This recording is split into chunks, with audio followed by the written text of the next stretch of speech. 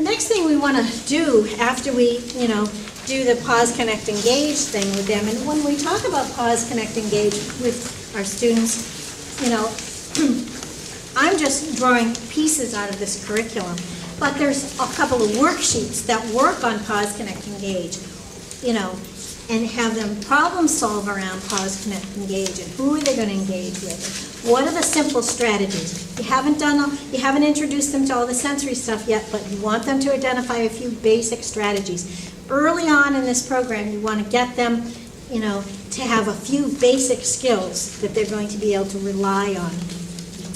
And then we want them to be able to tune in to their physical and emotional responses, because that's what the research is showing, and that's what's lacking. They don't want to tune into that. It's scary for an adolescent to tune into their own emotional responses. But if they can't tune into that, they can't control it. And our point to them is, yes, you can control it, but you have to start getting them to tune in to how they're feeling. And if we want to be able to talk about these sensory things, and we want to use certain things when they're overtuned or undertuned, this is kind of like Williams and Schellenberger, the how does your engine run kind of thing. And that may be the terminology you want to use here. That might be good for the adolescent. I picked music and tuning in because, adults know what tuning in is. Kids know, the adolescents know what tuning in is. That's something that makes sense to them.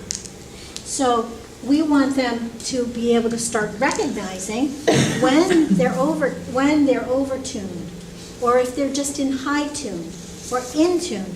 And one of the trickiest things to teach them is there's no perfect place here.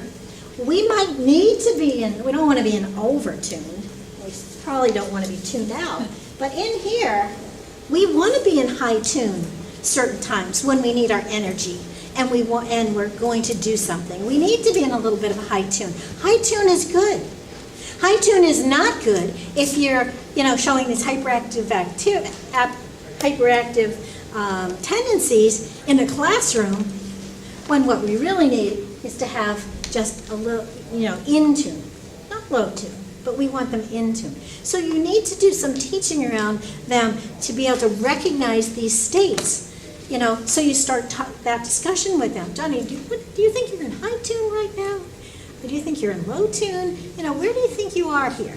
Getting them to start processing this. If you're in high tune, what's a little something we do to shift that down a little bit? Start that discussion. Start matching their sensory therapies or alternatives to those states. You might be in low tune, and we might need to rev them up a little bit.